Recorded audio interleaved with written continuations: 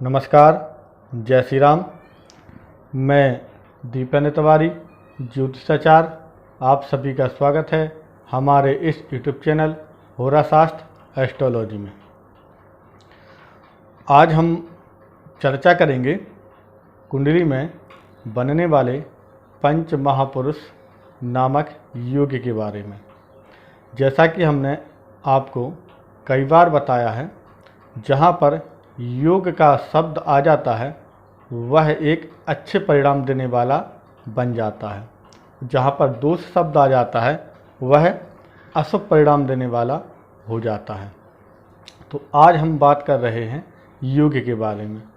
तो जो पंच महापुरुष नामक योग है वह अति शुभ योग माना जाता है।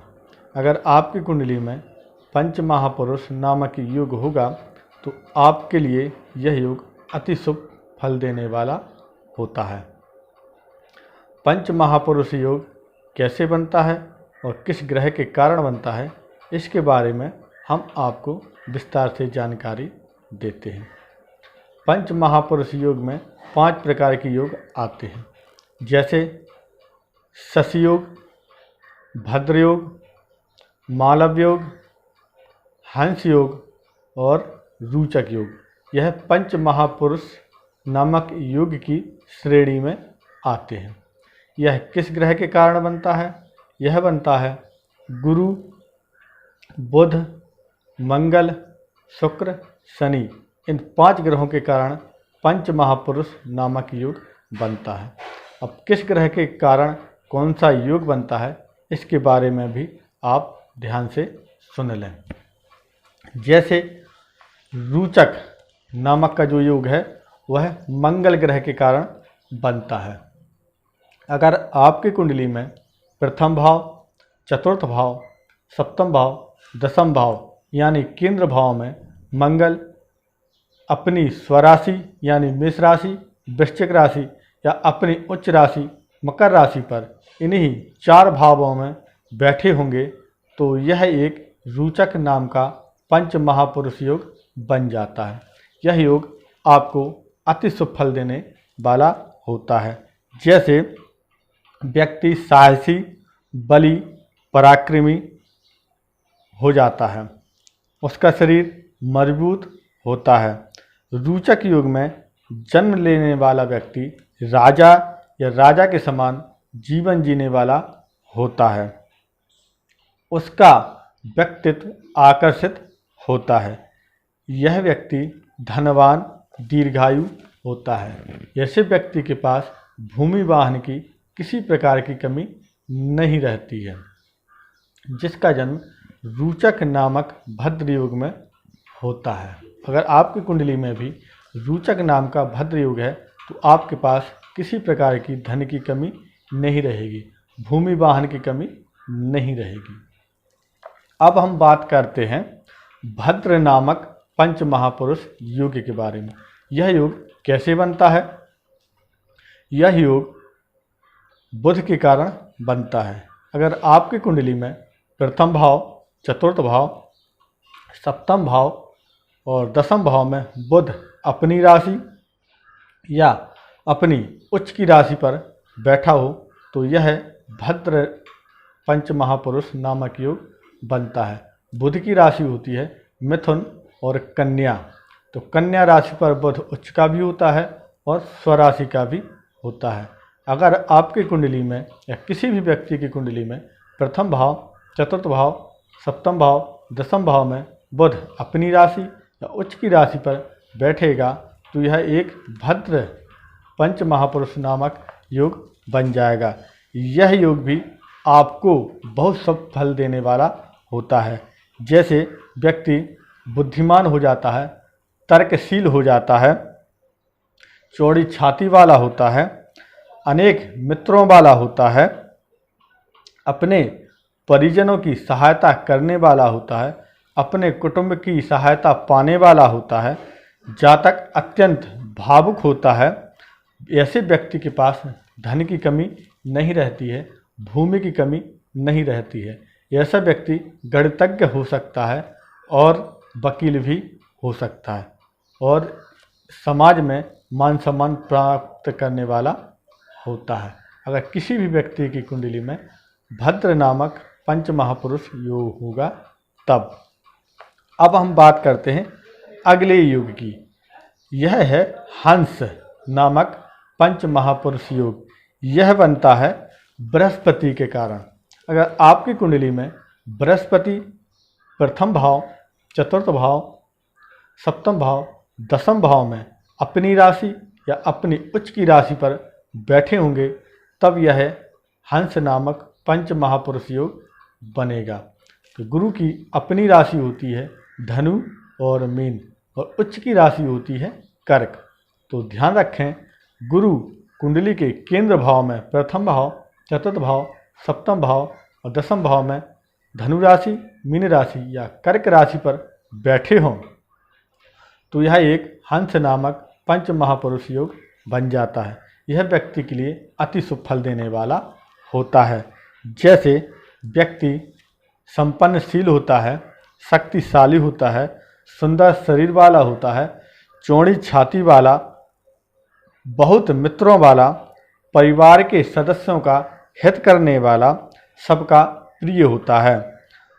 ऐसे व्यक्ति के पैरों पर शंख, कमल या मछली का चिन्ह अवश्य होता है।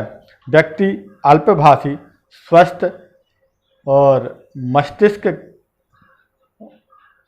वाला ज्ञानी होता है और व्यक्ति चरित्रवान, आदर्शवादी, उदार और आध्यात्मिक होता है।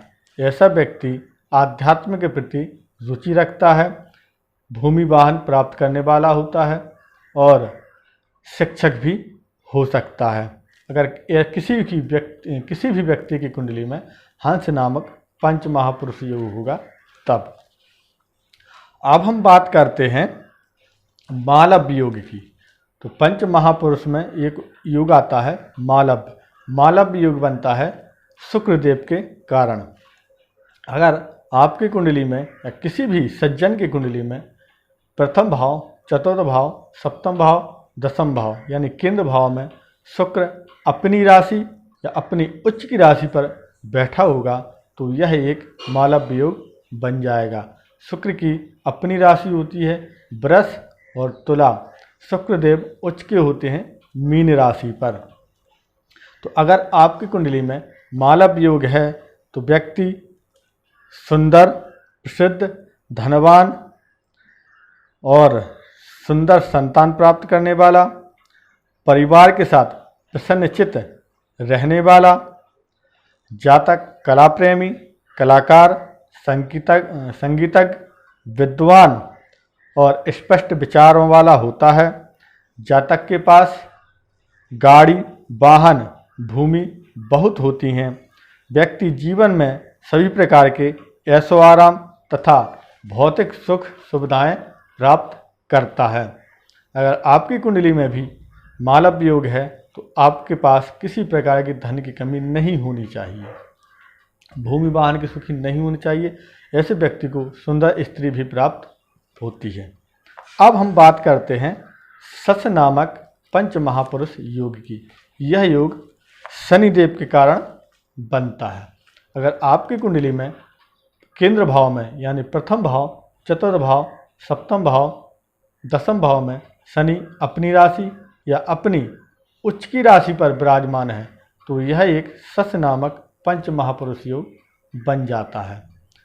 तो शनि की अपनी राशि है मकर और कुंभ, उच्च की राशि है तुला। तो तुला राशि, मकर या कुंभ राशि पर शनि केंद्र में बैठा है तो यह एक शश नामक पंच महापुरुष योग बनता है।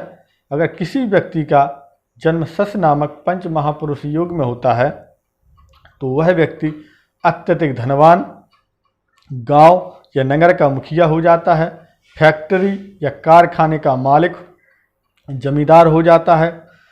बालक के अधीन कई नौकरी कार्य होती है, उसके अधीन कई नौकर कार्य करते हैं। जातक दूसरों के धन का उपयोग करने वाला, दूसरों के धन पर दृष्टि रखने वाला तथा स्वभाव से दुष्ट तथा पर स्त्री पर बुरी नज़र रखने वाला होता है। जातक प्रसिद्ध सुखी भी होता है। तो सस नामक योग में कुछ अशुभ परिणाम भी मिलते हैं और कुछ शुभ परिणाम भी मिलते हैं। क्योंकि शनि एक अशुभ ग्रह माना जाता है, क्रूर ग्रह, पापी ग्रह माना जाता है, इसलिए शनि दूसरों पर बुरी नज़र रखता है, दूसरों के धन पर अपनी नज़र रखता है। क्योंकि शनि जहाँ बैठता है वहाँ परिणाम अच्छे देता है और जहाँ पर दृष्टि डालता है वहाँ परिणाम बुरे देता है। तो इसलिए शनि सस नामक राजयोग बनाएगा तो पर स्त्री पर अपनी नज़र रखेगा और बहुत नौकरों वाला होगा और दूसरों के धन पर अपनी नज़र बना के रखेगा। लेकिन ऐसा व्यक्ति धनवान, प्रसिद्ध, भूमिवान, कीर्तिवान अवश्य होता है।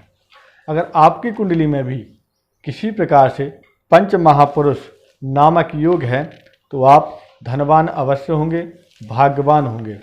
तो यह तो है पंच महापुरुष नामक योग जो शुभ योगों में गिना जाता है।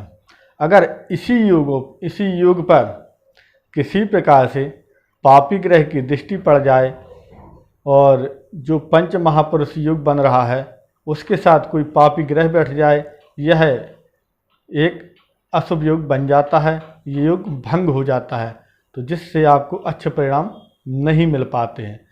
अगर आपकी कुंडली में पंच महापुरुष नामक योग बन रहा है और वह योग पाप कर्तरी में होगा, तब भी आपको उस योग से संबंधित अच्छे परिणाम नहीं मिल पाएंगे। तो जो योग पंच महापुरुष योग होंगे वह शुद्ध बनना चाहिए, उन पर किसी प्रकार की पाप ग्रह की दृष्टि नहीं होनी चाहिए, वह ग्रह किसी प्रकार से पीड़ित नहीं होने चाहिए, तब आपको पंच महापुरुष नामक योग के अच्छे परिणाम मिलेंगे। तो मित्रों, यह थी पंच महापुरुष नामक योग के बारे में छोटी सी जानकारी। मित्रों, अगर वीडियो पसंद आए, जानकारी अच्छी लगे तो वीडियो को लाइक करें, वीडियो को शेयर करें और हमारे चैनल को सब्सक्राइब अवश्य करें। अगर आप अपनी कुंडली का सही विश्लेषण करवाना चाहते हैं तो जो स्क्रीन पर नंबर दिखाई दे रहा है, आप इस नंबर पर संपर्क करके मात्र 300 रुपये का शुल्क दे करके अपनी कुंडली का विश्लेषण करवा सकते हैं। अगर आप अपनी कुंडली बनवाना चाहते हैं तो मात्र 1100 रुपये का शुल्क दे करके अपनी कुंडली बनवा सकते हैं।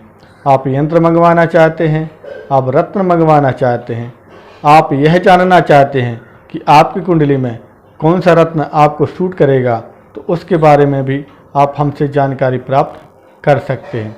आप किसी भी प्रकार का शुभ मुहूर्त चाहते हैं तब भी आप हमसे संपर्क कर सकते हैं। मुहूर्त जानकारी के लिए आपको 300 रुपये का शुल्क देना होगा। तो मित्रों, पुनः कहेंगे, जानकारी अच्छी लगे तो लाइक करें, शेयर करें और चैनल को सब्सक्राइब जरूर करें। मिलते हैं अगली वीडियो में ज्योतिष संबंधित नई जानकारी के साथ। तब तक के लिए जय श्री राम।